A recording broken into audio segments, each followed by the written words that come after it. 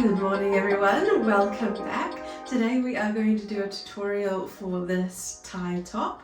It's been around for ages. It originally was like the Ganny dupe top. There's so many different patterns out there for it, but this is just the way I make it using free patterns and my own little hacks. So you're welcome to follow along and make it with me. I've made this one, very wrinkly white one, another yellow one. I'm not sure what colour one I'm going to make today. Let's see what fabric we have. To get started, you are going to need this free pattern. It is called the Rosette Top by Mood Fabrics, and this is a sleeveless pattern with quite skinny ties and a hole all the way down the center front, but we are going to tweak it so that there's no hole here and a bit thicker ties and add sleeves. Now for the sleeves, I drafted my own sleeve pattern, but you might already have in your stash a pattern that has a nice sleeve. I will show you what it looks like. So for the sleeve, you want to draft something or grab something out of your pattern stash already that kind of looks like this. I've just drawn mine onto some wrapping paper, and it's just got a nice big curve there because it needs to be a bit longer to accommodate for the ruffles, the gathers here.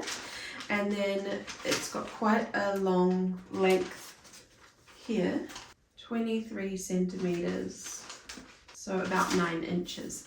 I'll see if I can find a free pattern, probably from Mood, that has a similar sleeve, and I can put it in the description link for you. But other than that, you can, as I said, copy something you already own onto some wrapping paper or pattern paper, and you want quite a long sleeve length if you want to copy what I've done, or you could always shorten it as well. So with that being said, let us cut out our pattern. For the Mood Fabrics pattern, we're going to need 3 pieces. We have the front, which you will cut mirrored, so 2 separate pieces that you cut, one with this side facing down on the fabric and one with the other side facing down, or cut your fabric on the fold so you get 2 different pieces. Then for your back piece, you want to cut that on the fold so it's one big piece and you don't have a seam down the middle.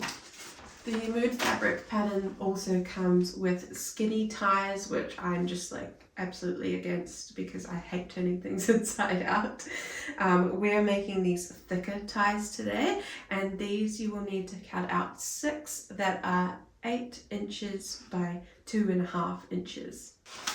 The Mood Fabric pattern comes with front peplum piece, but we're not using that. We are just using the back peplum piece, and we're going to cut out 2 of these because we don't want to have a gap down the front center like that pattern has. So let's find some fabric and start cutting. I found this gingham seersucker fabric in my stash, and I'm hoping it's going to be just enough, but it might not be. Let's see. I realised I had the grain line going the wrong way. I think there's going to be just enough. The peplum might be a little bit shorter than intended, but we're gonna do it.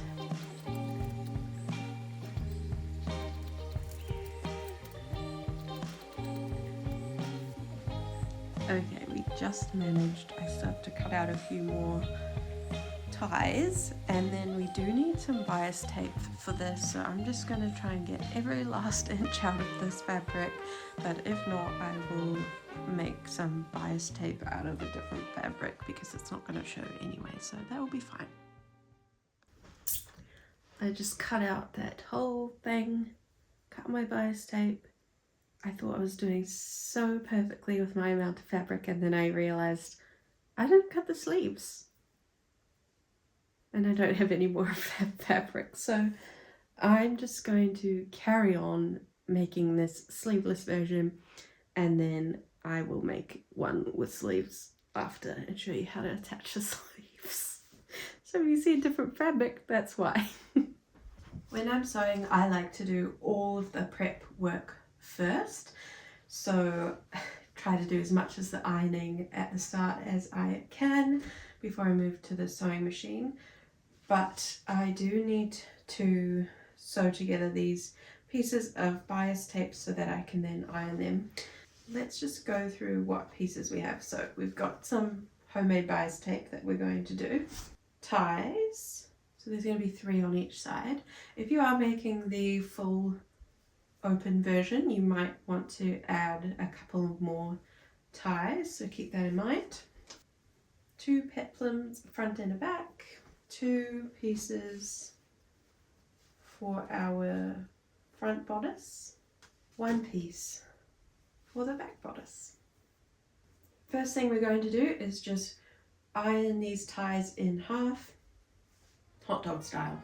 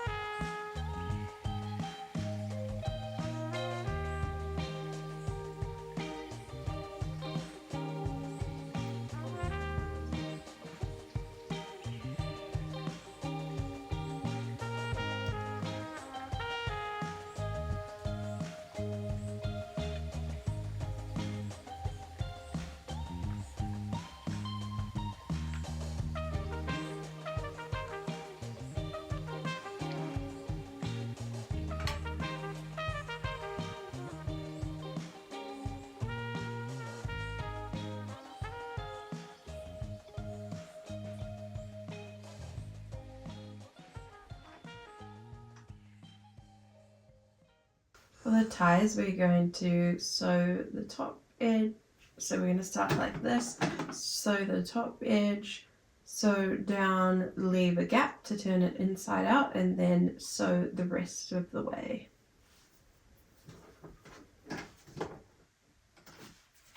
Using a 1/2 centimeter seam allowance. When you get to the corner, just put your needle down, lift, press a foot, turn it 90 degrees and go straight down.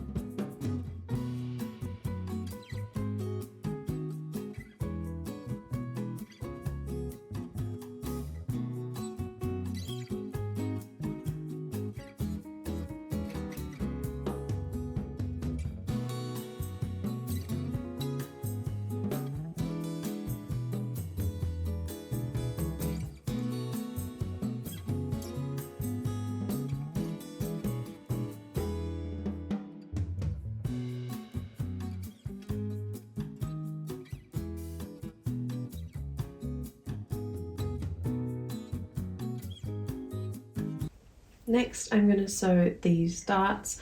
So just sewing along the marked line here from the outside edge towards the inside edge. We don't backstitch at the end. We'll leave some long tails and tie them with our hands so that there's not too much bulk at the front here.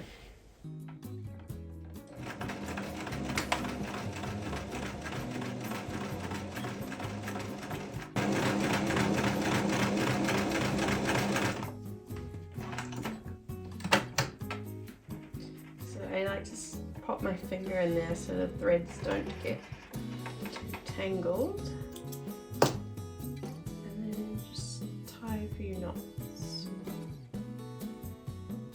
So the idea with the darts is you had that extra fabric on the outside, but once it's sewn, it kind of evens out. But we'll just give that a press and it's a beautiful dart.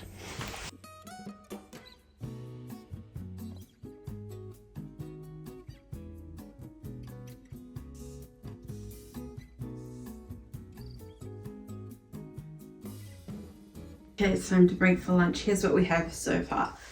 6 finished ties, our bodice pieces with darts in, and I've made some bias tape, except I haven't ironed it yet.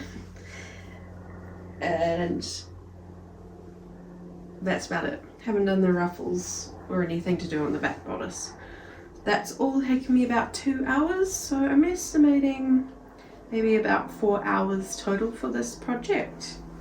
We'll see. Right, we're going to iron the bias tape now. So I cut mine 1.5 inches thick, and all I'm going to do is fold each half to the middle like that, and also fold it in half again so it ends up being about 1 centimeter thick. And all the folds will help us when we're putting it onto the top. Okay, the next step is we need to attach the shoulder seams. So make sure you have the right sides together. So your dart will be the nice side down.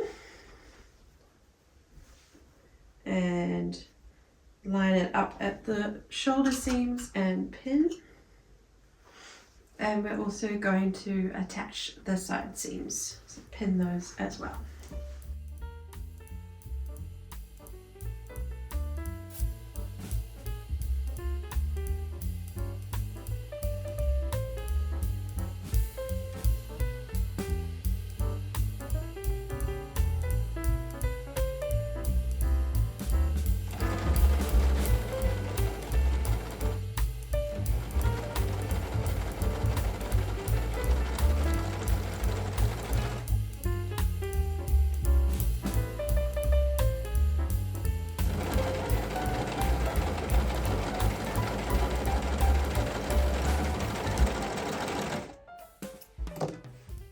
Now we've got our top, we are going to do the bias binding around the neckline. On this top I did a contrast binding, and so I wanted it to show. So if that is the case and that's what you would like to do, what you are going to do is sandwich the, let's pretend this is my top. You're going to sandwich the top in between the bias tape. You just need to be very careful as you're sewing to make sure that you're catching both sides of the tape, and take your time. But for this one, I am not doing that. I am just doing a normal binding. So we're going to sew it onto the outside, which I'll show you in detail, and eventually the binding is going to be tucked under and you won't see it. So that is what we're going to do for this one, and we are going to do, we're going to go up one side of the bodice, around the neck and back down. So you do need a bit of bias tape for that. In other patterns it would probably give you a proper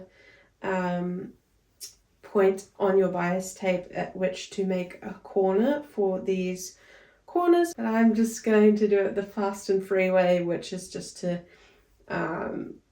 kind of turn the corner, and it's not completely as neat and precise, but you would never know. So let's get on with that. You're going to open your bias tape and put both raw edges together and make sure that you have about a 1 centimeter overhang.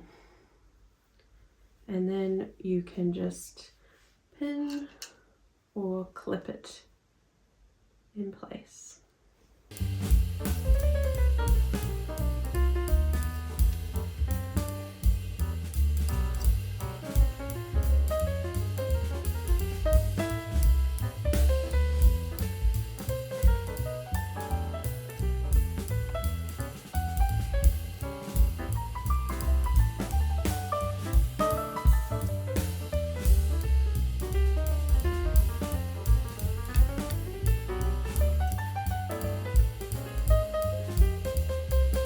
Get to the corner, fold back the way you came,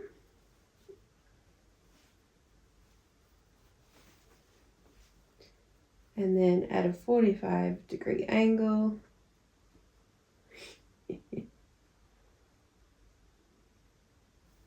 fold back the other way.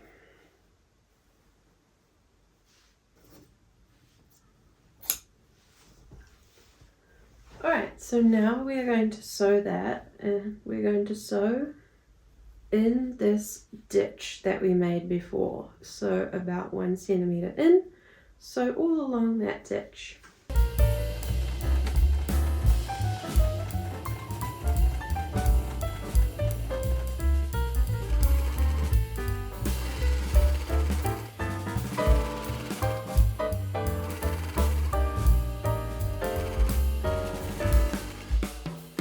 You're going to unroll your fold and stitch to this corner.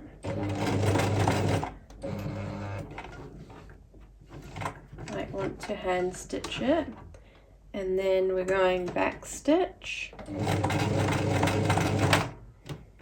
so that we can then refold.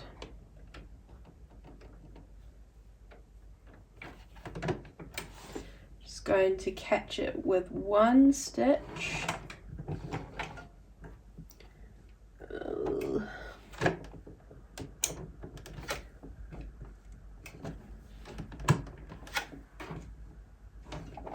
And then rotate.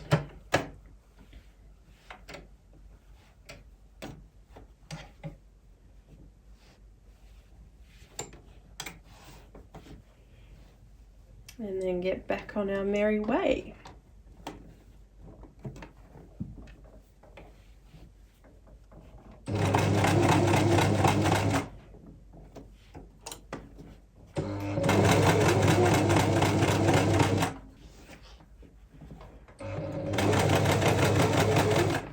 Going to do the same again at this corner.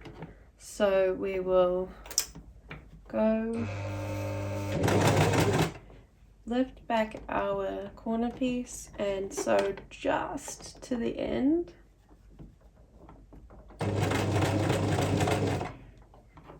And then back stitch.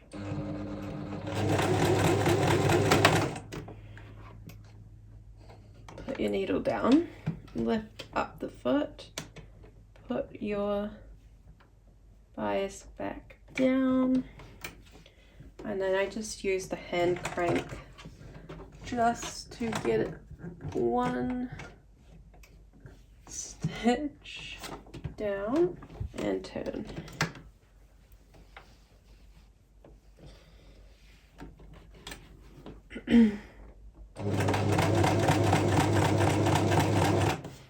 Give it a press, and then we will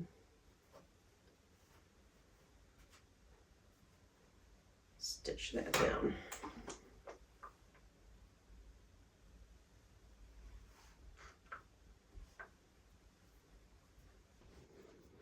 So here is how that looks up close. The corners, as I said, they're not perfect, but I don't care.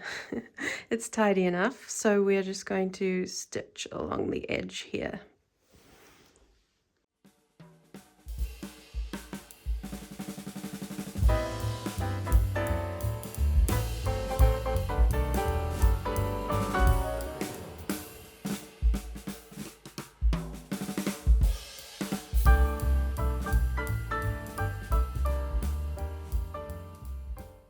Okay, here's our top. It's looking so good. So we are just going to attach the peplum and then these ties.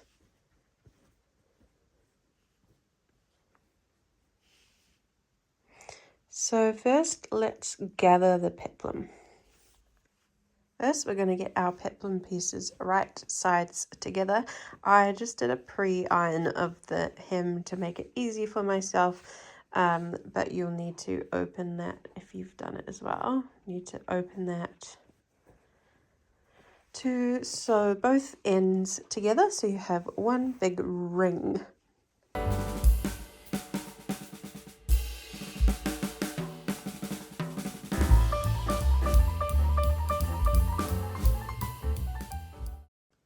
Once you have fiddled with that for hours and it's all lined up, you can sew them together. Make sure to sew beyond your ruffle line so that it's hidden in the seam. And just be careful when you are sewing this front part. We want to make sure that these two pieces are as close together as possible but not overlapping, and then the peplum will cover it so they will be nice and tidily together.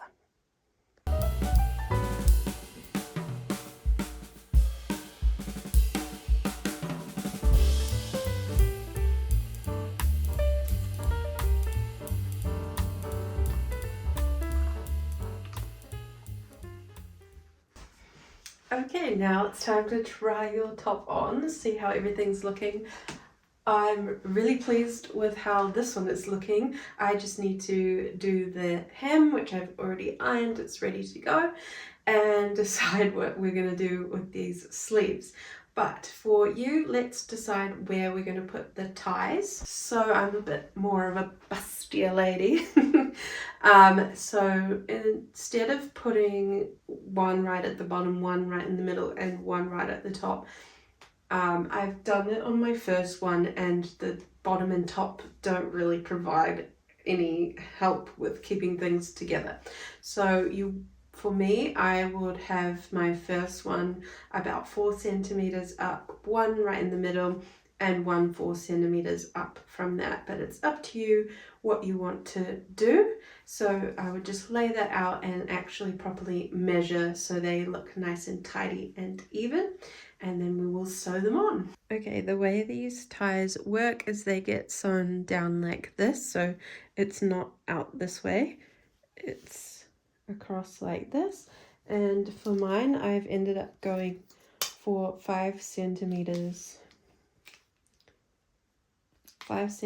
apart and 5 centimeters in from the main seam there. And I think that's going to work well for me. I'm going to sew one side down before I put the other side on so that I can match them up nicely.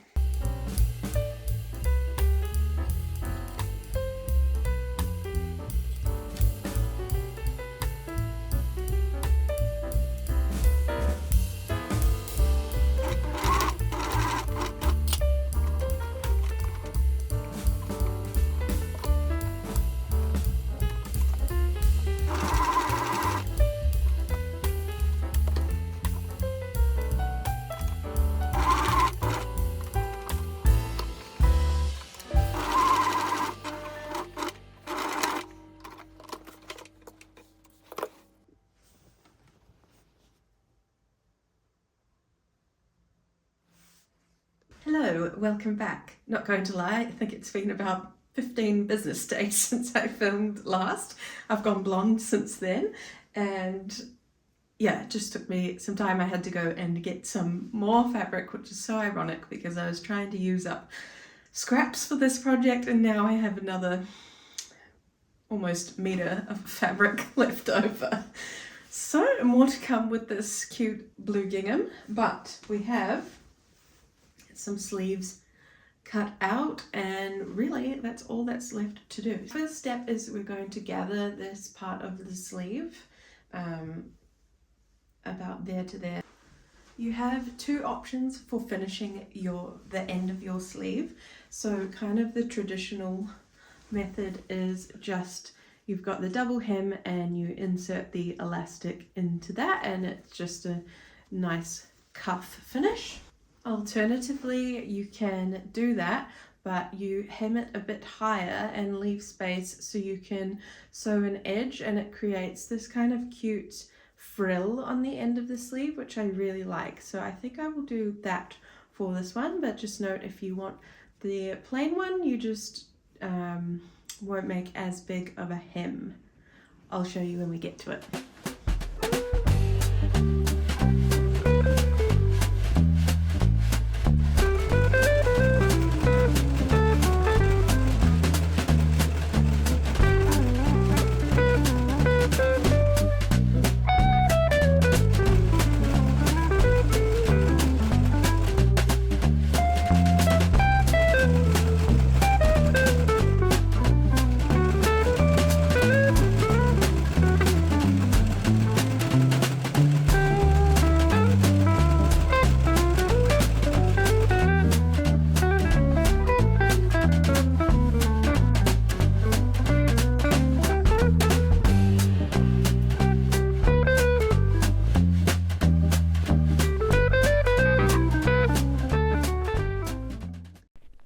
Once you've sewn the side seams together and overlocked them, now is the time to choose your hem length.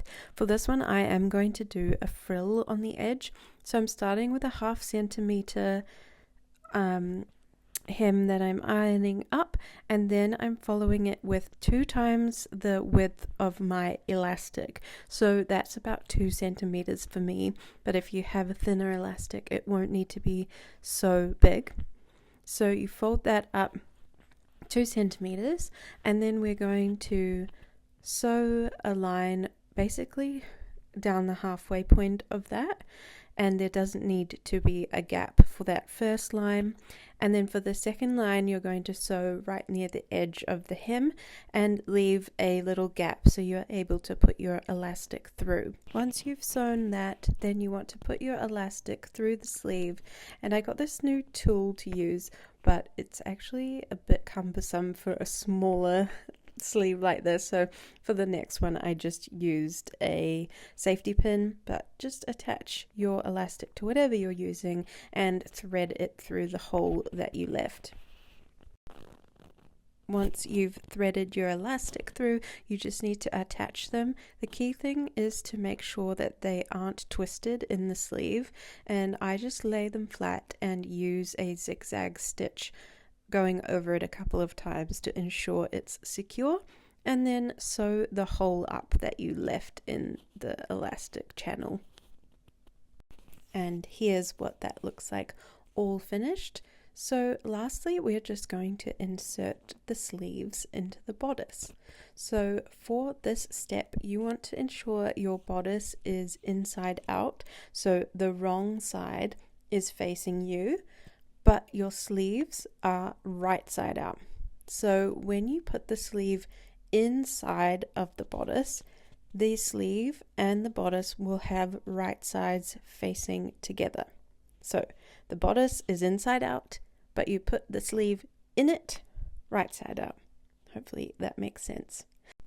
You're just going to pin around the armhole and play with the gathers you made so that they are equal lengths, the bodice and the sleeve. And when you sew them together, they'll be nice and tidy. So take your time with this step and pin everything in place. And when you sew, make sure you sew beyond the line of your gathering stitch so it can't be seen when it's finished. Once you've sewn them together, overlock them or zigzag stitch them, and that is our last step.